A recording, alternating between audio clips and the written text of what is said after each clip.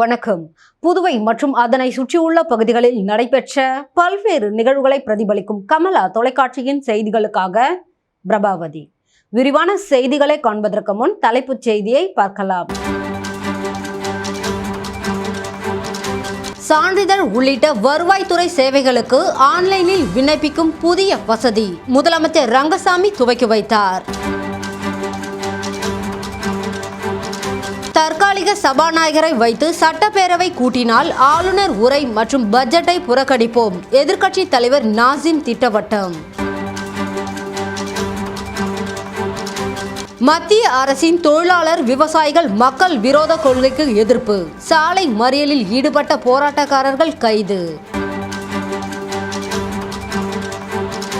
இனி விரிவான செய்திகள். புதுச்சேரியில் வருமானம், குடியிருப்பு, ஜாதி, வாரிசு சான்றிதழ் மற்றும் பட்டா பெயர் மாற்றம் உள்ளிட்ட வருவாய்த்துறை சேவைகளுக்கு ஆன்லைனில் விண்ணப்பிக்கும் புதிய வசதியை முதலமைச்சர் ரங்கசாமி துவக்கி வைத்தார். புதுச்சேரி அரசின் வருவாய் மற்றும் பேரிடர் மேலாண்மை துறையின் மூலம் பொதுமக்களுக்கு வழங்கப்படும் சான்றிதழ்கள் மற்றும் வருவாய்த்துறை சேவைகளை எளிதாகவும் விரைவாகவும் வழங்கும் வகையில் தேசிய தகவலியல் மையத்தின் தொழில்நுட்ப உதவியுடன் புதிய இணையவழி சேவை தளம் இன்று முதல் தொடங்கப்பட்டுள்ளது. இதன் சேவையை சட்டமன்ற அலுவலகத்தில் முதலமைச்சர் ரங்கசாமி தொடங்கி வைத்தார். புதிய இணையவழி சேவை மூலம் பொதுமக்கள் மற்றும் பல்வேறு சான்றிதழ்கள் மற்றும் வருவாய்த்துறை சேவைகளுக்கு தங்களது இருப்பிடத்தில் இருந்தே ஆன்லைனில் விண்ணப்பித்து சேவைகளை பெற முடியும். குறிப்பாக இந்த இணையவழி தளத்தின் மூலம் குடியிருப்பு சான்றிதழ், வருமான சான்றிதழ், ஜாதி, சமூக சான்றிதழ், வாரிசு சான்றிதழ், பட்டா பெயர் மாற்றம் உள்ளிட்ட பல்வேறு வருவாய்த்துறை சேவைகளுக்கு ஆன்லைனில் விண்ணப்பிக்க முடியும். அதேபோன்று மாணவர்களுக்கான கல்வி உதவித்தொகை மற்றும் பிற தேவைகளுக்காக குடியிருப்பு, வருமானம் மற்றும் ஜாதி, சமூக சான்றிதழ்களை பெறும் வகையில் இந்த இணையவழி சேவை பயன்படுத்தப்பட உள்ளது. ஆன்லைனில் விண்ணப்பித்த பிறகு அதன் நிலையை பொதுமக்கள் இணையதளத்திலேயே எளிதாக அறிந்து கொள்ள முடியும். விண்ணப்பத்தின் முன்னேற்றம் தொடர்பான தகவல்கள் SMS மற்றும் மின்னஞ்சல் மூலமாகவும் விண்ணப்பதாரர்களுக்கு அனுப்பப்படும். மேலும் சேவைகள் வெளியிடப்பட்டதும் விரைவாக வழங்கப்படும் வகையில் ஏற்பாடுகள் செய்யப்பட்டுள்ளன. இதேபோல் வரும் 17ஆம் தேதி முதல் புதுச்சேரியில் உள்ள அரசு உதவி பெறும் மற்றும் தனியார் பள்ளிகளில் பயிலும் மாணவர்களும் இந்த இணையவழி சேவையை பயன்படுத்திக் கொள்ளலாம். தேவையான ஆவணங்களை சமர்ப்பித்து பள்ளி நிர்வாகத்தின் ஒருங்கிணைப்புடன் விண்ணப்பங்கள் இணைய வழியில் பதிவு செய்யப்படும். வருவாய்த்துறையின் உரிய சரிபார்ப்பிற்கு பின்னர் சான்றிதழ்கள் மாணவர்களுக்கு வழங்கப்படும் என அறிவிக்கப்பட்டுள்ளது. இணைய வழியில் வழங்கப்படும் சான்றிதழில் QR கோடு இடம்பெறும்.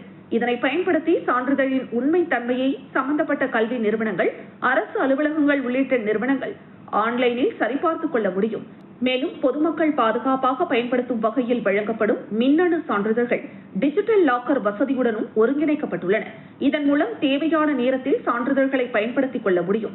பொதுமக்களுக்கு சேவைகளை எளிதாகவும் விரைவாகவும் வழங்குவதுடன் நேரில் அலுவலகங்களுக்கு செல்வதை குறைத்து நிர்வாகத்தின் செயல்திறனை மேம்படுத்தும் வகையில் இந்த புதிய இணையவழி சேவை அறிமுகப்படுத்தப்பட்டுள்ளது. புதுச்சேரியில் மத்திய உள்துறை அமைச்சர் பங்கேற்ற காவல்துறை விழாவில் காவலர்கள் மயங்கி விழுந்த சம்பவம் குறித்து உள்துறை அமைச்சகம் விளக்கம் கேட்டுள்ளதாக தகவல் வெளியாகி பரபரப்பை ஏற்படுத்தியுள்ளது. புதுச்சேரி கோரிமேடு மைதானத்தில் புதுச்சேரி காவல்துறைக்கு ஜனாதிபதியின் வண்ணக்கொடி அங்கீகாரம் வழங்கும் நிகழ்ச்சி நேற்று நடைபெற்றது. இந்த நிகழ்ச்சியில் மத்திய உள்துறை அமைச்சர் அமித்ஷா கலந்து கொண்டு புதுச்சேரி காவல்துறைக்கு வண்ணக்கொடி அங்கீகாரம் வழங்கினார். நிகழ்ச்சியில் காவல்துறையின் பல்வேறு பிரிவினரின் அணிவகுப்பு மற்றும் சாகச நிகழ்ச்சிகள் நடைபெற்றது. இந்த நிகழ்ச்சிக்காக அதிகாலை 5 மணிக்கே காவல்துறையினர் வரவழைக்கப்பட்டனர். இந்த நிலையில் உள்துறை அமைச்சர் அமித்ஷா காவல்துறையினரின் அணிவகுப்பு மரியாதையை ஏற்றுக்கொண்ட பின் விழா முடியும் வரை கடும் வெயிலில் காவலர்கள் வரிசையாக நின்றிருந்தனர். வெயிலின் வெப்பம் தொடர்ந்து அதிகரித்த நிலையிலும் காலையிலிருந்து உணவும் சாப்பிடாததால் 10க்கும் மேற்பட்ட காவலர்கள் திடீரென வரிசையாக மயங்கி விழுந்தனர். ஒரு சிலரை தூக்கிக் கொண்டு சக காவலர்கள் சென்றனர். உடல் எடை அதிகம் உள்ளோரை காவல்துறையினர் ஸ்ட்ரெச்சர் மூலம் தூக்கிக் கொண்டு சென்றனர். இதனை மேடையிலிருந்து கவனித்துக் கொண்டிருந்த மத்திய உள்துறை அமைச்சக அதிகாரிகள் புதுச்சேரி காவல்துறை அதிகாரிகளிடம் காவல்துறையினர் மயங்கி விழுந்த காரணம் குறித்து விளக்கம் கேட்டதாகவும், அதற்கு புதுச்சேரி காவல்துறை தரப்பில் உள்துறை அமைச்சர் நிகழ்ச்சியையொட்டி அதிகாலை 5 மணிக்கே காவல்துறையினர் ஒத்திகை பயிற்சிக்கு வரவழைக்கப்பட்டதாலும் வெயிலின் தாக்கம் அதிகமாக இருந்ததால் மயங்கியதாக தெரிவித்தனர். மயங்கிய காவலர்களுக்கு முதலுதவி சிகிச்சை அளிக்கப்பட்டுள்ளதாகவும் புதுச்சேரி காவல்துறை தரப்பில் விளக்கம் அளிக்கப்பட்டுள்ளதாக தகவல் வெளியாகி பரபரப்பை ஏற்படுத்தியுள்ளது. புதுச்சேரியில் நகர மற்றும் புறநகர் பகுதிகளில் பள்ளி நேரங்களில் கனரக வாகனங்கள் செல்ல தடை விதிக்க வேண்டும் என 18க்கும் மேற்பட்ட பொதுநல அமைப்பினர் மாவட்ட ஆட்சியரிடம் மனு அளித்தனர். புதுச்சேரி நகர மற்றும் புறநகர் பகுதிகளில் பள்ளி நேரங்களான காலை மற்றும் மாலை வேளைகளில் சாலையில் அதிக அளவில் கனரக வாகனங்கள் செல்வதால் விபத்துகள் ஏற்படுகிறது. அந்த வகையில் கடந்த வாரம் மேட்டுப்பாளையத்தில் பள்ளி சென்று வீடு திரும்பிய மாணவி டிப்பர் மோதி உயிரிழந்தார். இதுபோன்று பல்வேறு பகுதிகளில் விபத்துகள் ஏற்பட்டுள்ளது. இந்த நிலையில் இன்று 18க்கும் மேற்பட்ட சமூக நல அமைப்பினர் மாவட்ட ஆட்சியர் குலோத்துங்கனை நேரில் சந்தித்து மனு அளித்தனர். அந்த மனுவில் பள்ளி நேரங்களான காலை 8 மணி முதல் 9 மணி வரையும், மாலை 4 மணி முதல் 5 மணி வரையும் சாலைகளில் கனரக வாகனங்கள் செல்வதற்கு தடை விதிக்க வேண்டும் என வலியுறுத்தினர். புதுச்சேரி வேளாண் மற்றும் விவசாயிகள் நலத்துறை சார்பில் விவசாயிகளுக்கான உயர்த்தப்பட்ட அறுவடைக்கு பின்பாக மானிய தொகையினை முதலமைச்சர் ரங்கசாமி மற்றும் வேளாண் துறை அமைச்சர் GNS ராஜசேகரன் விவசாயிகளிடம் வழங்கினார். புதுச்சேரியில் கடந்த ஆண்டு வரை நெல் சாகுபடி செய்த பொதுப்பிரிவு விவசாயிகளுக்கு 1 ஏக்கருக்கு 5000 ரூபாய் மற்றும் அட்டவணை பிரிவு விவசாயிகளுக்கு 6000 ரூபாய் வழங்கப்பட்டு வந்தது. தற்போது அந்த தொகையானது உயர்த்தப்பட்டு பொதுப்பிரிவு விவசாயிகளுக்கு பயிர் உற்பத்தி ஊக்கத்தொகையாக 1 ஏக்கருக்கு 6000 ரூபாயும், அட்டவணை பிரிவு விவசாயிகளுக்கு 1 ஏக்கருக்கு 7000 ரூபாயாகவும் உயர்த்தி வழங்கப்பட்டுள்ளது. அதன்படி காரைக்கால் மாவட்டத்தில் கடந்த 2025-2026 ஆண்டில் சம்பா பருவத்தில் நெல் சாகுபடி செய்த 3618 பொதுப்பிரிவு விவசாயிகளுக்கு 1 ஏக்கருக்கு 6000 ரூபாய் வீதம், 7145.03 ஏக்கருக்கு 4,28,70,180 ரூபாயும், 599 அட்டவணை பிரிவு விவசாயிகளுக்கு ஏக்கருக்கு 7000 ரூபாய் வீதம், 743.31 ஏக்கருக்கு 52,03,170 என மொத்தம் 4,80,73,350 ரூபாய் வழங்க ஏற்பாடு செய்யப்பட்டு இத்தொகைக்கான காசோலையை வேளாண் மற்றும் விவசாயிகள் நலத்துறை அமைச்சர் GNS ராஜசேகரன் முன்னிலையில் முதலமைச்சர் ரங்கசாமி விவசாயிகளுக்கு வழங்கினார். இந்த நிகழ்வின் போது சட்டப்பேரவை எதிர்க்கட்சித் தலைவர் நாஜிம், சட்டப்பேரவை உறுப்பினர் விக்னேஸ்வரன், வேளாண் மற்றும் விவசாயிகள் நலத்துறை இயக்குநர் ஜெய்சங்கர், காரைக்கால் கூடுதல் வேளாண் இயக்குநர் கணேசன் ஆகியோர் கலந்து கொண்டனர். புதுச்சேரியில் மழைநீர் சேமிக்க ஜெர்மன் தொழில்நுட்ப உதவியுடன் காமராஜர் நகர் தொகுதியில் ஆய்வு மேற்கொள்ளப்பட்டது. மழைக்காலங்களில் தேங்கும் மழைநீரை முறையாக சேமித்து நிலத்தடி நீர்மட்டத்தை உயர்த்தும் வகையில் புதுச்சேரி காமராஜ் நகர் தொகுதியில் புதிய நீர் மேலாண்மை திட்டத்திற்கான ஆய்வு மேற்கொள்ளப்பட்டது. காமராஜர் நகர் தொகுதிக்குட்பட்ட ரெயின்போ நகர், வெங்கடா நகர், கிருஷ்ணா நகர் உள்ளிட்ட பகுதிகளில் மழைக்காலங்களில் அதிக அளவில் தேங்கும் மழைநீரை நிலத்திற்குள் உறிஞ்சச் செய்யும் வகையில் ஜெர்மன் தொழில்நுட்ப அடிப்படையிலான வாட்டர் மேனேஜ்மெண்ட் மற்றும் ஈகோ பிளாக் முறையை செயல்படுத்துவதற்கான சாத்தியக்கூறுகள் குறித்து ஆய்வு நடைபெற்றது. சென்னை மாநகராட்சி உள்ளிட்ட பல்வேறு மாநிலங்கள் மற்றும் நகரங்களில் இதுபோன்ற நீர் மேலாண்மை முறைகள் செயல்படுத்தப்பட்டு வரும் நிலையில் புதுச்சேரியிலும் இதனை செயல்படுத்தும் நோக்கில் ஆய்வு மேற்கொள்ளப்படுகிறது. இதன்படி நீர் உறிஞ்சு பூங்கா, நீர் உறிஞ்சு சாலை போன்ற திட்டங்களை அமைத்து மழை நீரை வீணாக்காமல் நிலத்திற்குள் செலுத்தி நிலத்தடி நீர்மட்டத்தை அதிகரிப்பது குறித்து அதிகாரிகள் மற்றும் தொழில்நுட்ப வல்லுநர்கள் ஆய்வு செய்தனர். காமராஜ் நகர் தொகுதியின் சட்டமன்ற உறுப்பினர் ஜோஸ் சார்லஸ் மார்டின் அழைப்பின் பேரில் இந்த ஆய்வு நடைபெற்றது. திட்டம் செயல்படுத்தப்பட்டால் மழைக்காலங்களில் ஏற்படும் தண்ணீர் தேக்கத்தை குறைப்பதுடன் மழைநீரை சேமித்து எதிர்காலத்தில் பயனுள்ள வகையில் பயன்படுத்த முடியும் என எதிர்பார்க்கப்படுகிறது. நெல்லித்தோப்பு தொகுதியில் சுப நிகழ்ச்சிகள் மற்றும் துக்க நிகழ்ச்சிகளுக்கு இலவச பந்தல், நாற்காலிகள் மற்றும் ஐஸ் பாக்ஸ் சேவையை தமிழக வெற்றி கழகம் சார்பில் துவங்கப்பட்டுள்ளது. தமிழக ஊரக வளர்ச்சி மற்றும் நீர்வளத்துறை அமைச்சரும் தமிழக வெற்றி கழகத்தின் பொதுச் செயலாளருமான ஆனந்த் அவர்களின் சொல்லுக்கிணங்க நெல்லித்தோப்பு சுமங்கலி திருமண மண்டபத்தில் நெல்லித்தோப்பு சட்டமன்ற தொகுதி தமிழக வெற்றி கழக நிர்வாகியும் மற்றும் தாரகை அறக்கட்டளை நிறுவனர் மகேந்திரன் ஏற்பாட்டில் நெல்லித்தோப்பு சட்டமன்ற தொகுதிக்குட்பட்ட பொதுமக்களின் குடும்ப சுப நிகழ்ச்சிகள் மற்றும் துக்க நிகழ்ச்சிகளுக்கு தேவையான பந்தல் மற்றும் நாற்காலிகள், ஐஸ் பாக்ஸ் போன்றவற்றை நமது தமிழக வெற்றி கழகம் சார்பாக விலையில்லா சேவையாக வழங்கப்பட உள்ளது. இவற்றின் தொடக்க நிகழ்ச்சி நடைபெற்றது. இந்த நிகழ்ச்சியில் புதுச்சேரி மாநில தமிழக வெற்றி கழகத்தின் திருபுவனை சட்டமன்ற உறுப்பினர் சாய் சரவணகுமார், மணவெளி தொகுதி சட்டமன்ற உறுப்பினர் ராமு, முன்னாள் சட்டமன்ற உறுப்பினர் சாமிநாதன் மற்றும் புதுவை மாநில தலைமை நிர்வாகி தமிழக வெற்றி கழகத்தின் ஊடக பிரிவு இணை ஒருங்கிணைப்பாளர் நிரேஷ்குமார், நெல்லித்தோப்பு தொகுதி தலைமை கழக நிர்வாகிகள் செந்தில்குமார், மோரிஸ், விக்னேஸ்வரன், தியாகு உள்ளிட்டோர் முன்னிலை வகித்தனர். இதில் புதுச்சேரி மாநில தமிழக வெற்றிக் கழக நிர்வாகிகள், தொகுதி தலைமை கழக நிர்வாகிகள், கிளைக்கழக நிர்வாகிகள் மற்றும் மகளிர் அணி நிர்வாகிகள் உள்ளிட்ட ஏராளமானோர் கலந்து கொண்டு நிகழ்ச்சியினை சிறப்பித்தனர். பூரணாங்குப்பத்தில் நடைபெற்ற தேசிய அளவிலான சிலம்பு போட்டியில் வெற்றி பெற்ற மாணவ மாணவிகளுக்கு லட்சிய ஜனநாயக கட்சி தலைவரும் காமராஜர் நகர் தொகுதி சட்டமன்ற உறுப்பினருமான ஜோஸ் சார்லஸ் மார்டின் பரிசுகள் மற்றும் சான்றிதழ்கள் வழங்கி பாராட்டினார். புதுச்சேரி மாமல்லன் சிலம்பம் மற்றும் நாட்டுப்புற கலை வளர்ச்சி கழகம் சார்பில் பூரணாங்குப்பத்தில் முதன்முறையாக தேசிய அளவிலான சிலம்ப போட்டி நடைபெற்றது. இப்போட்டியில் சிலம்பம் பயிற்சி பெற்ற திரளான மாணவ மாணவிகள் கலந்து கொண்டனர். இந்த நிகழ்ச்சியில் லட்சிய ஜனநாயக கட்சியின் தலைவரும் காமராஜ் நகர் தொகுதியின் சட்டமன்ற உறுப்பினருமான ஜோஸ் சார்லஸ் மார்டின் சிறப்பு அழைப்பாளராக கலந்து கொண்டு வெற்றி பெற்ற மாணவ மாணவிகளுக்கு பரிசுகள் மற்றும் சான்றிதழ்கள் வழங்கி பாராட்டினார். இந்த நிகழ்ச்சியில் முன்னாள் சபாநாயகர் ஏம்பலம் செல்வம், லட்சிய ஜனநாயக கட்சியின் நிர்வாக பொதுச் செயலாளர் ராம்குமார், பொதுச் செயலாளர் டாக்டர் துரைசாமி உள்ளிட்டோர் உடனிருந்தனர். பிள்ளையார்குப்பம் பாலத்தில் அழுகிய நிலையில் தூக்கில் தொங்கியபடி இருந்த ஆண் சடலம் மீட்கப்பட்டுள்ளது. பத்துக்கண்ணு அடுத்துள்ள பிள்ளையார்குப்பம் பாலத்தின் இடைப்பகுதியில் அழுகிய நிலையில் ஆண் சடலம் தூக்கிட்ட நிலையில் மீட்கப்பட்டது. இதுகுறித்து தகவல் அறிந்த காவல்துறையினர் சம்பவ இடத்திற்கு சென்று சடலத்தை மீட்டு பிரேத பரிசோதனைக்காக அரசு மருத்துவமனைக்கு அனுப்பி வைத்தனர். சடலம் அடையாளம் காணப்படாத நிலையில் உயிரிழந்தவர் யார் என்பது குறித்தும், அவர் தற்கொலை செய்து கொண்டாரா அல்லது கொலை செய்யப்பட்டு தூக்கில் தொங்கவிடப்பட்டாரா என்பது குறித்தும் காவல்துறையினர் தீவிர விசாரணை நடத்தி வருகின்றனர். இந்த சம்பவம் அப்பகுதியில் பரபரப்பை ஏற்படுத்தியுள்ளது. மத்திய அரசின் தொழிலாளர், விவசாயிகள், மக்கள் விரோத கொள்கைக்கு எதிராக தொழிலாளர்கள் மற்றும் விவசாயிகள் புதுச்சேரி புதிய பேருந்து நிலையம் எதிரில் சாலை மறியல் போராட்டத்தில் ஈடுபட்டனர். அதனைத் தொடர்ந்து போராட்டக்காரர்களை காவல்துறையினர் கைது செய்தனர். மத்திய அரசின் தொழிலாளர், விவசாயிகள், மக்கள் விரோத கொள்கைகளுக்கு எதிராக தொழிலாளர்கள் மற்றும் விவசாயிகள் நாடு தழுவிய மறியல் போராட்டம் நடத்தினர். அந்த வகையில் புதுச்சேரியை சேர்ந்த தொழிலாளர்கள், விவசாயிகள் ஒன்றிணைந்து சுதேசி காட்டன் மில் அருகிலிருந்து ஊர்வலமாக புறப்பட்டு புதிய பேருந்து நிலையம் வாயிலில் அமர்ந்து சாலை மறியல் போராட்டத்தில் ஈடுபட்டனர். போராட்டத்தின் முக்கிய கோரிக்கையான 4 தொழிலாளர் சட்ட தொகுப்புகளையும் ரத்து செய்ய வேண்டும், தொழிற்சங்க உரிமைகளுக்கு முழுமையான உத்தரவாதம் வழங்க வேண்டும், தொழிலாளர் பாதுகாப்பு சட்டங்களை மீண்டும் அமல்படுத்த வேண்டும், அகவிலைப்படியுடன் இணைக்கப்பட்ட 42,000 ரூபாய் சட்டப்பூர்வ குறைந்தபட்ச ஊதியம் வழங்க வேண்டும், விவசாயி மற்றும் தொழிலாளர் விரோத வெளிநாட்டு வர்த்தக ஒப்பந்தங்களை கைவிட வேண்டும், தனியார் மயமாக்கல் மற்றும் தேசிய சொத்து பணமாக்கல் திட்டம் நிறுத்தப்பட வேண்டும், மகாத்மா காந்தி தேசிய ஊரக வேலை உறுதி திட்டம் மீண்டும் வலுப்படுத்தப்பட வேண்டும், பொது விநியோக திட்டம் பாதுகாக்கப்பட வேண்டும், அரசியலமைப்பு மற்றும் ஜனநாயக உரிமைகள் பாதுகாக்கப்பட வேண்டும் உள்ளிட்ட பல்வேறு கோரிக்கைகளை வைத்து கோஷங்களை எழுப்பினர். சுமார் 1 மணி நேர போராட்டத்தில் அவ்வழியாக செல்லக்கூடிய பேருந்துகள், இருசக்கர வாகனங்கள், பொதுமக்கள் கடுமையாக சிரமத்திற்கு உள்ளாக்கினர். இதன் காரணமாக காவல்துறையினர் போராட்டத்தில் ஈடுபட்ட அனைவரையும் கைது செய்தனர்.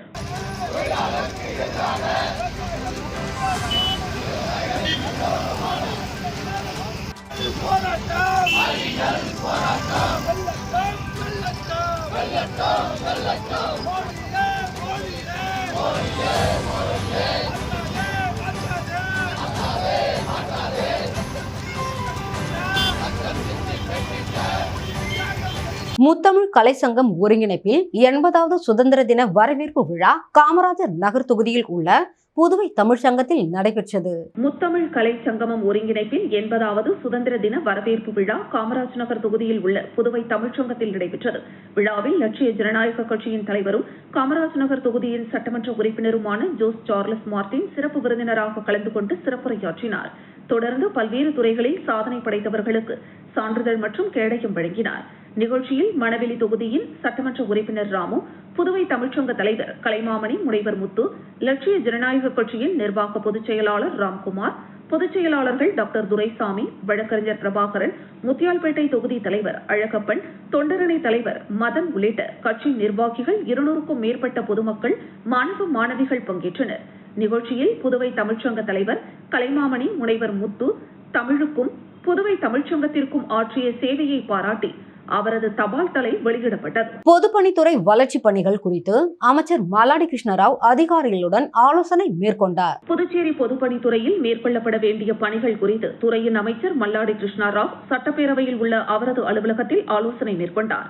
இந்த ஆலோசனை கூட்டத்தில் பொதுப்பணித்துறை செயலர் டாக்டர் முத்தம்மா, தலைமை பொறியாளர் வீரசெல்வம், சிறப்பு அலுவல் அதிகாரி நிர்மலா, கண்காணிப்பு பொறியாளர்கள் சுந்தரமூர்த்தி, சந்திரசேகரன், அனைத்து கோட்ட செயற்பொறியாளர்கள், உதவி பொறியாளர்கள் கலந்து கொண்டனர். கூட்டத்தில் பல்வேறு வளர்ச்சிப் பணிகள் குறித்து ஆலோசிக்கப்பட்டது. அதன்படி அனைத்து நிதி ஒப்பந்த புள்ளி கோப்புகளும் இம்மாதம் 12ஆம் தேதிக்குள் சமர்ப்பிக்கப்பட வேண்டும். விரிவான மதிப்பீடு மற்றும் ஒப்பந்த புள்ளி வெளியிடும் பணிகள் தயாரிக்கப்பட்டு வரும் 14ஆம் தேதிக்குள் சமர்ப்பிக்கப்பட வேண்டும். அனைத்து கண்காணிப்பு பொறியாளர்களும் இதற்கான தொடர் நடவடிக்கைகளை மேற்கொள்ள வேண்டும். கிழக்கு கடற்கரை சாலையில் நடைபெற்று வரும் மேம்பாட்டு பணிகள் இந்த மாத இறுதிக்குள் முடிக்க உத்தரவிடப்பட்டுள்ளது. கிழக்கு கடற்கரை சாலை மற்றும் நகர சாலை விளக்குகள் மற்றும் அழகுபடுத்தும் பணிகள் தடையில்லா சான்றிதழ் மற்றும் நிர்வாக அனுமதி பெறப்பட்ட பின்னர் மேற்கொள்ளப்பட வேண்டும். காரைக்கால் நகர பகுதியில் உள்ள சாலையை அகலப்படுத்தப்பட்டு கழிவுநீர் கால்வாய் மறுசீரமைக்கப்பட வேண்டும். இத்திட்டத்தின் மதிப்பீட்டு செலவு 57 கோடி ரூபாய் ஆகும். தொழில்நுட்ப ஒப்பந்த புள்ளி திறப்பதற்கான டெண்டர் வரும் 13ஆம் தேதியன்று இறுதி செய்யப்படும். மத்திய சாலை உள்கட்டமைப்பு நிதி மூலம் கோரிமேடு மூலக்குளம் சந்திப்பு வரை பணிகளுக்கான பணி ஆணை வழங்கப்பட்டுள்ளது. பணிகள் தொடங்கப்பட உள்ளன. 28ஆம் தேதிக்குள் பணிகள் தொடங்கப்பட வேண்டும். பொதுப்பணித்துறை அமைச்சர் தமது கவனத்திற்கு கொண்டுவரப்பட்டதன் அடிப்படையில் பணிகளை தொடங்க அதிகாரிகளுக்கு அறிவுறுத்தியுள்ளார். கோரிமேடு எல்லை நுழைவாயில் மற்றும் காலாப்பட்டு நுழைவாயில் ஆகிய பகுதிகளில் அழகுபடுத்தும் பணிகள் மேற்கொள்ளப்பட வேண்டும். கதிர்காமம் கலைக்கல்லூரி 48 கோடி ரூபாய் மதிப்பீட்டில் மேற்கொள்ளப்பட வேண்டிய பணிகள் நிலம் கையகப்படுத்துதல் தொடர்பான பிரச்சனையால் நிலுவையில் உள்ளன. பணிகளை உடனடியாக தொடங்குவதற்கு தேவையான தொடர் நடவடிக்கைகளை மேற்கொள்ளுமாறு பொதுப்பணித்துறை அமைச்சர் அதிகாரிகளுக்கு அறிவுறுத்தியுள்ளார். புதுச்சேரியில் 130 பேருந்து நிறுத்தங்கள் அமைக்கும் பணி மேற்கொள்ளப்பட உள்ளது. பேருந்து நிறுத்தத்தின் வடிவமைப்பிற்கு ஒப்புதல் கிடைத்த பின்னர் இப்பணிக்கான டெண்டர் இறுதி செய்யப்படும். திட்ட மதிப்பீட்டு செலவு 5.80 கோடி ரூபாயாகும். ஒரு பேருந்து நிறுத்தத்திற்கான மதிப்பீட்டு செலவு 7 லட்சம் ரூபாய். மூலதன முதலீட்டுக்காக மாநிலங்களுக்கு சிறப்பு உதவி திட்டத்தின் கீழ் நேரு வீதி முதல் ஐயம்புட்டிப்பாளையம் வரை யுவடிவ கால்வாய் அமைக்கும் பணி மேற்கொள்ளப்படும். கால்வாய்களை பொதுப்பணித்துறை மூலமாகவே முறையாக பராமரிக்குமாறு அமைச்சர் அறிவுறுத்தியுள்ளார். 4 பிராந்தியங்களிலும் 24 மணி நேர குடிநீர் விநியோகத்திற்கான விரிவான திட்ட அறிக்கை உடனடியாக தயாரிக்கப்பட வேண்டும். ஏற்கனவே ஏனாம் பிராந்தியத்திற்கான விரிவான திட்ட அறிக்கை தயாரிக்கப்பட்டுள்ளது. 50 இடங்களில் குடிநீர் சுத்திகரிப்பு நிலையங்கள் அமைக்க முன்மொழியப்பட்டுள்ளது. இதற்கான இடங்கள் இன்னும் இறுதி செய்யப்படவில்லை. நிலுவையில் உள்ள பணிகளுக்கு தீர்வு காணும் வகையில் செயலாளர், கண்காணிப்பு பொறியாளர் மற்றும் தொடர்புடைய அனைத்து அதிகாரிகளுடன் இணைந்து கள ஆய்வு மேற்கொள்ள பொதுப்பணித்துறை அமைச்சர் அறிவுறுத்தியுள்ளார். செலவினங்களை உடனடியாக பதிவு செய்வதற்கு தேவையான நடவடிக்கைகளை போர்க்கால அடிப்படையில் மேற்கொள்ளுமாறு அமைச்சர் அதிகாரிகளுக்கு அறிவுறுத்தியுள்ளார். பொதுப்பணித்துறையில் அனைத்து பணிகளின் தற்போதைய நிலை அறிக்கைகளும் உடனடியாக சமர்ப்பிக்கப்பட வேண்டும் என பல்வேறு அறிவுறுத்தல்களை அமைச்சர் மல்லாடி கிருஷ்ணா ராவ் வழங்கியுள்ளார். இதேபோல் சுற்றுலாத்துறை, மீன்வளத்துறை, துறைமுகத்துறை, தொழிலாளர் துறை, காதி போர்டு உள்ளிட்ட துறை அமைச்சர்களுடன் அமைச்சர் மல்லாடி கிருஷ்ணா ராவ் ஆலோசனை நடத்தியுள்ளார். புதுவை வந்த மத்திய உள்துறை அமைச்சருக்கு லட்சிய ஜனநாயக கட்சி தலைவரும் காமராஜர் நகர் தொகுதி சட்டமன்ற உறுப்பினருமான ஜோஸ் சார்லஸ் மார்டின் கர்நாடக மாநிலம் ஹம்பியில் உள்ள புகழ்பெற்ற ஒற்றைக்கல் லட்சுமி நரசிம்மன் சிலை ஓவியத்தை பரிசாக வழங்கினார். மத்திய உள்துறை அமைச்சர் அமித்ஷா 2 நாள் அரசு பயணமாக புதுவைக்கு வருகை தந்தார். அப்பொழுது அவர் புதுவை காவல்துறைக்கு குடியரசுத் தலைவரின் வண்ண விருது வழங்குதல், தேசிய கொடி அணிவகுப்பு பேரணி உள்ளிட்ட பல்வேறு நிகழ்வுகளில் பங்கேற்றார். தொடர்ந்து நிகழ்வுகளை முடித்துக்கொண்டு டெல்லி புறப்பட்டு சென்றார். இதனிடையே புதுவை வருகை தந்த மத்திய உள்துறை அமைச்சர் அமித்ஷாவை லட்சிய ஜனநாயக கட்சி தலைவரும் காமராஜர் நகர் தொகுதி சட்டமன்ற உறுப்பினருமான ஜோஸ் சார்லஸ் மார்டின் மரியாதை நிமித்தமாக சந்தித்தார். அப்பொழுது அவர் மத்திய உள்துறை அமைச்சர் அமித்ஷாவிற்கு விஜயநகர கட்டிடக்கலை மற்றும் சிற்பக்கலையின் பெருமையை எடுத்துக்காட்டும் வரலாற்று சின்னமாக விளங்கும் கர்நாடக மாநிலம் ஹம்பியில் அமைந்துள்ள ஒரே கல்லால் செதுக்கப்பட்ட ஒற்றைக்கல் புகழ்பெற்ற லட்சுமி நரசிம்மன் சிலையின் ஓவியத்தை வழங்கினார். இந்த ஓவியத்தை ஆரோவில்லை சார்ந்த ஓவியர் ரமேஷ் சேதுராமன் வரைந்தது குறிப்பிடத்தக்கது. புதுச்சேரியை சேர்ந்த மாணவிகள் மோனிகா ஸ்ரீ மற்றும் புனிதா ஸ்ரீ ஆகியோரின் பரதநாட்டிய அரங்கேற்ற நிகழ்வினை ஏராளமான பொதுமக்கள் கண்டு ரசித்தனர். புதுச்சேரியை சேர்ந்தவர் ஞானவேல். இவரது மகள்கள் மோனிகா ஸ்ரீ மற்றும் புனிதா ஸ்ரீ இவர்கள் கடந்த 15 ஆண்டுகளுக்கு மேலாக பரதநாட்டியம் கற்று வந்தனர். மோனிகா ஸ்ரீ தற்பொழுது மார்க்கெட்டிங் மேனேஜ்மெண்ட் படித்து வருகிறார். அதேபோன்று புனிதா ஸ்ரீ ஞானவேல் பிரான்சில் கணக்கியல் படித்து வருகிறார். இவர்கள் கடந்த 15 ஆண்டுகளாக பரதநாட்டியம் கற்று வந்தவர்களின் பரதநாட்டிய அரங்கேற்று விழா கம்பன் கலையரங்கில் நடைபெற்றது. முதல் நிகழ்ச்சியாக கணேச புஷ்பாஞ்சலி, அலாரிப்பு, ஐதீஸ்வரம், கௌத்வம், கௌளை, வர்ணம், கீர்த்தனம், பரதம், தில்லானா ஆகியவைகள் நடைபெற்று மாணவிகளின் பரதநாட்டிய அரங்கேற்றம் நடைபெற்றது. இந்த பரதநாட்டிய அரங்கேற்ற நிகழ்வில் தர்மினி வைகுந்தன் நட்டுவாங்கம், கலைமாமணி லயஹரி அங்கப்பன் மிருதங்கம், புதுவை KS பாலாஜி, ராம்ஜி பாடகர், கலைமாமணி சீனிவாசன் வயலின், இசை இளங்குயில், ரேகோன், புல்லாங்குழல் வாசிக்க மாணவிகளின் பரதநாட்டிய அரங்கேற்றம் வெகு விமரிசையாக நடைபெற்றது. பரதநாட்டிய அரங்கேற்ற மாணவிகளுக்கு சான்றிதழ் வழங்கி கௌரவிக்கப்பட்டனர்.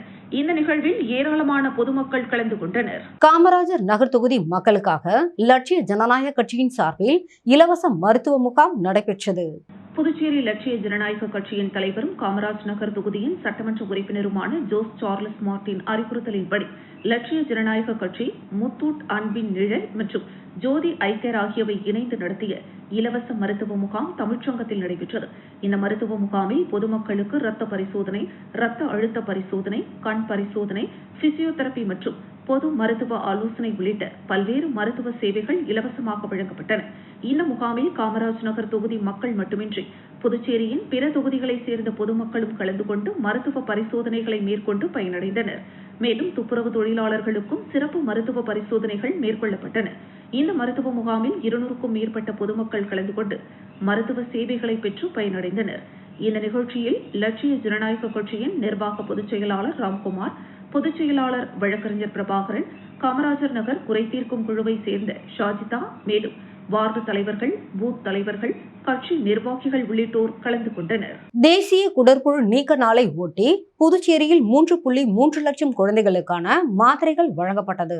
தேசிய குடற்புழு நீக்க நாளையொட்டி புதுச்சேரியில் இன்று 1 முதல் 19 வயது வரையிலான 3,03,244 குழந்தைகள் மற்றும் இளம் பருவத்தினருக்கு குடற்புழு நீக்க மாத்திரை வழங்கப்படுகிறது. 1 முதல் 3 வயது குழந்தைகளுக்கு அங்கன்வாடி மையங்கள் மூலமாகவும், 3 முதல் 19 வயதுள்ள குழந்தைகளுக்கு, பள்ளிக்கு செல்லாத குழந்தைகளுக்கு ஆஷா பணியாளர்கள் வீடுகளுக்கே சென்று மாத்திரைகளை வழங்குகின்றனர். ஆகஸ்ட் 10ஆம் தேதி மாத்திரை உட்கொள்ள தவறியவர்களுக்கு வரும் ஆகஸ்ட் 17ஆம் தேதி மாத்திரை வழங்கப்படும் என சுகாதாரத்துறை தெரிவித்துள்ளது. இதையொட்டி புதுச்சேரி வஉசி பள்ளியில் நடைபெற்ற மாநில அளவிலான தொடக்க விழாவை சுகாதாரத்துறை இயக்குநர் டாக்டர் செவ்வேல் தொடங்கி வைத்தார். சுகாதாரத்துறை அதிகாரிகள், மருத்துவர்கள், செவிலியர்கள், ஆஷா பணியாளர்கள், பள்ளி முதல்வர் மற்றும் ஆசிரியர்கள் கலந்து கொண்டனர். 6 மாத இடைவெளியில் ஆண்டிற்கு 2 முறை குடற்புழு நீக்க மாத்திரையை குழந்தைகளுக்கு வழங்க வேண்டும் என சுகாதாரத்துறை அறிவுறுத்தியுள்ளது. நிரந்தர சபாநாயகரை நியமிக்காமல் தற்காலிக சபாநாயகரை வைத்து சட்டப்பேரவை கூட்டினால் ஆளுநர் உரை மற்றும் பட்ஜெட்டை புறக்கணிக்க போவதாக திமுக எதிர்க்கட்சி தலைவர் நாசிம் தெரிவித்துள்ளார். புதுச்சேரி சட்டப்பேரவையில் செய்தியாளர்களை சந்தித்த எதிர்க்கட்சி தலைவர் நாசிம், புதுச்சேரி காவல்துறைக்கு வண்ணக்கொடி அங்கீகாரம் வழங்கும் நிகழ்வில் மத்திய உள்துறை அமைச்சர் அமித்ஷா கலந்து கொண்டார். காவல்துறை சார்பில் நடைபெற்ற அந்த நிகழ்வில் முதலாவதாக வந்தே மாதரமும், 2வதாக தேசிய கீதமும், 3வதாக தமிழ்தாய் வாழ்த்தும் ஒலிக்கப்பட்டது. இது வன்மையாக கண்டிக்கத்தக்கது. இதற்கு காவல்துறை தலைவர் உரிய விளக்கம் அளிக்க வேண்டும் என கேட்டுக்கொண்ட அவர், அரசு விழாக்களில் தமிழ்தாய் வாழ்த்து முதலாவதாக பாட வேண்டும் என்ற நிலையை புதுச்சேரி அரசு உருவாக்க வேண்டும் எனவும், இது தொடர்பாக வருகின்ற சட்டப்பேரவை கூட்டத்திலும் இந்த கருத்தை வலியுறுத்தப் போவதாகவும் தெரிவித்தார். புதுச்சேரியில் நேற்று நடைபெற்ற தேசிய கொடி பேரணியில் கலந்து கொண்ட மத்திய உள்துறை அமைச்சர் அமித்ஷா தேசிய கொடியால் பேரணியை துவக்கி வைத்திருக்கிறார். இது மரபு அல்ல. தேசிய கொடி தலை நிமிர்ந்து நிற்க வேண்டுமே தவிர தாழ்ந்து இருக்கக்கூடாது. தேசிய கொடியால் பேரணியை துவக்கி வைத்தது ஏற்புடையது அல்ல என்றும் குற்றம் சாட்டினார். புதுச்சேரியில் ஆட்சி அமைந்து சுமார் 90 நாட்கள் நிறைவடைந்த நிலையில் இதுவரை நிரந்தர சபாநாயகர் நியமிக்கப்படவில்லை. பாஜகவிற்கு தான் சபாநாயகர் பதவி என்று திட்டவட்டமாக பாஜக அறிவித்துள்ள நிலையில் நிரந்தர சபாநாயகரை நியமிக்காமல் தற்காலிக சபாநாயகரை வைத்து பட்ஜெட் கூட்டத்தொடரை கூட்டினால் கவர்னர் உரை மற்றும் பட்ஜெட்டை புறக்கணிப்போம் என்றும் நாசிம் தெரிவித்தார். பூரணாங்குப்பம் மாமல்லன் சிலம்பம் மற்றும் நாட்டுப்புற கலை வளர்ச்சி கழகம் சார்பில் நடைபெற்ற 1ஆம் ஆண்டு தேசிய அளவிலான சிலம்பம் போட்டியில் வெற்றி பெற்ற மாணவ மாணவிகளுக்கு விருதுகள் மற்றும் சான்றிதழ் வழங்கி கௌரவிக்கப்பட்டது. புதுச்சேரி பூரணாங்குப்பம் மாமல்லன் சிலம்பம் மற்றும் நாட்டுப்புற கலை வளர்ச்சி கழகம் சார்பில் 1ஆம் ஆண்டு தேசிய அளவிலான சிலம்ப போட்டி 2026 பூரணாங்குப்பம் அங்காளம்மன் கோவில் திடலில் நடைபெற்றது. இதில் புதுச்சேரி மட்டுமின்றி தமிழகம் உள்ளிட்ட பல்வேறு மாநிலங்களில் இருந்து 500க்கும் மேற்பட்ட மாணவ மாணவிகள் கலந்து கொண்டு சிலம்பம் சுற்றி தங்களது திறமைகளை வெளிக்காட்டினர். தொடர்ந்து நடைபெற்ற பரிசளிப்பு விழாவில் சிறப்பு விருந்தினராக கலந்து கொண்ட அரியங்குப்பம் தொகுதியின் முன்னாள் சட்டமன்ற உறுப்பினர் பாஸ்கர் என்கிற தட்சிணாமூர்த்தி சிலம்பு போட்டியில் கலந்து கொண்ட மாணவ மாணவிகளுக்கு விருதுகள் மற்றும் பரிசுகளை வழங்கி கௌரவித்தார். நிகழ்ச்சியில் மாமல்லன் சிலம்பம் மற்றும் நாட்டுப்புற கலை வளர்ச்சி கழக தலைவர் பத்மஸ்ரீ விருதாளர் பழனிவேல், செயலாளர் டாக்டர் சீனிவாசன், பெரியாண்டவர் கிராமிய கலைக்குழு தலைவர் கலைமாமணி வெற்றிவேல் உள்ளிட்ட மாணவ மாணவிகள், பொதுமக்கள் என அனைவரும் திரளாக கலந்து கொண்டனர். ரெட்டிச்சாவடி அருகே வாலிபரை வெடிகுண்டு வீசி வெட்டி படுகொலை செய்த சம்பவம் பரபரப்பை ஏற்படுத்தியுள்ளது. புதுச்சேரி கடலூர் எல்லை அருகே ரெட்டிச்சாவடி பகுதியில் புதுவை மாநிலம் உருவையாறு பகுதியை சேர்ந்த 31 வயதான சசிகுமார் என்கிற இளைஞர் கடலூர் புதுவை எல்லை பகுதியான ரங்காரெட்டிப்பாளையம் பகுதியில் கடந்த சில நாட்களாக தங்கியிருந்தார். இன்று காலை நண்பரோடு நின்று பேசிக் கொண்டிருந்த பொழுது இருசக்கர வாகனத்தில் வந்த மர்ம நபர்கள் சசிகுமார் மீது நாட்டு வெடிகுண்டு வீசி தாக்கிவிட்டு பின்னர் கத்தியால் வெட்டி படுகொலை செய்துவிட்டு தப்பி ஓடினர். ரத்த வெள்ளத்தில் சசிகுமார் துடிதுடித்து சம்பவ இடத்திலேயே உயிரிழந்தார். சம்பவ இடத்திற்கு கடலூர் ரெட்டிச்சாவடி காவல்துறையினர் மற்றும் புதுவை காவல்துறையினர் விரைந்து சென்று விசாரணை மேற்கொண்டு வருகின்றனர். முண்டியூர் அமைச்சார் அம்மன் மற்றும் பால முனீஸ்வரர் கோவிலில் 14ஆம் ஆண்டு ஆடி பெருவிழா நடைபெற்றது. விழுப்புரம் மாவட்டம் திண்டிவனம் தாலுகா முட்டியூர் கிராமத்தில் அமைந்துள்ள அருள்மிகு அம்மச்சார் அம்மன் மற்றும் பால் முனீஸ்வரன் கோவிலில் 14வது ஆண்டு ஆடி பெருவிழா வெகு விமரிசையாக நடைபெற்றது. இதில் அம்மச்சார் அம்மனுக்கும் பால் முனீஸ்வரனுக்கும் அதிகாலை பால், தயிர், தேன், பன்னீர் மற்றும் வாசனை திரவியங்கள் கொண்டு சிறப்பு அபிஷேகம், தீபாராதனை காண்பிக்கப்பட்டது. தொடர்ந்து கிராமத்தில் உள்ள பெண் பக்தர்கள் அம்மனுக்கு பால் குடம் எடுத்து வீதிகள் வழியாக ஊர்வலமாக வந்து பாலாபிஷேகம் செய்தனர். தொடர்ந்து அம்மனுக்கு சிறப்பு அலங்காரம் செய்யப்பட்டு மகா தீபாராதனை காண்பிக்கப்பட்டது. பிற்பகல் கூழ்வார்த்தல் நிகழ்ச்சி தொடங்கியது. இதில் பூங்கரகத்துடன் பெண் பக்தர்கள் கூழ்குடம் எடுத்து வந்து கூழ்வார்த்தல் நிகழ்ச்சி நடைபெற்றது. தொடர்ந்து மாலை ஊரணி பொங்கல் வைக்கும் நிகழ்ச்சி நடைபெற்றது. இதில் பெண் பக்தர்கள் பொங்கல் வைத்து அம்மச்சார் அம்மனுக்கும் முனீஸ்வரனுக்கும் படையல் வைத்து மாவிளக்கேற்றி வழிபட்டனர். இதில் ஏராளமான பக்தர்கள் கலந்து கொண்டு சுவாமி தரிசனம் செய்தனர். இரவு பல மலர்களால் அலங்கரிக்கப்பட்ட உற்சவ அம்மன் வீதி உலா நடைபெற்றது. கோட்டக்குப்பத்தில் சக தொழிலாளியை கொலை செய்துவிட்டு ரயிலில் தப்பித்த 2 வாலிபர்களை விஜயவாடாவில் வைத்து காவல்துறையினர் கைது செய்தனர். மேற்கு வங்க மாநிலம் ஹவுரா பகுதியை சேர்ந்த ரஞ்சித் ஜனா என்பவரின் மகன் 33 வயதான பிரகாஷ் ஜனா திருமணமாகி மனைவியை பிரிந்து வாழ்ந்து வந்தார். கட்டிட தொழிலாளியான இவர் கடந்த 4ஆம் தேதி இரவு விழுப்புரம் மாவட்டம் கோட்டக்குப்பம் ரவுண்டானா அருகே தங்கியிருந்த இவரது நண்பர்களான மேற்கு வங்க மாநிலம் ஹவுரா பகுதியை சேர்ந்த அசோக் சிங் மகன் ரோஹித் சிங், சந்தீப் தாஸ் குப்தா மகன் சையத் தாஸ் குப்தா ஆகியோரை சந்திக்க வந்தார். கடந்த 6ஆம் தேதி அவர்கள் தங்கியிருந்த அறையில் இரத்த காயங்களுடன் பிணமாக கிடந்தார்.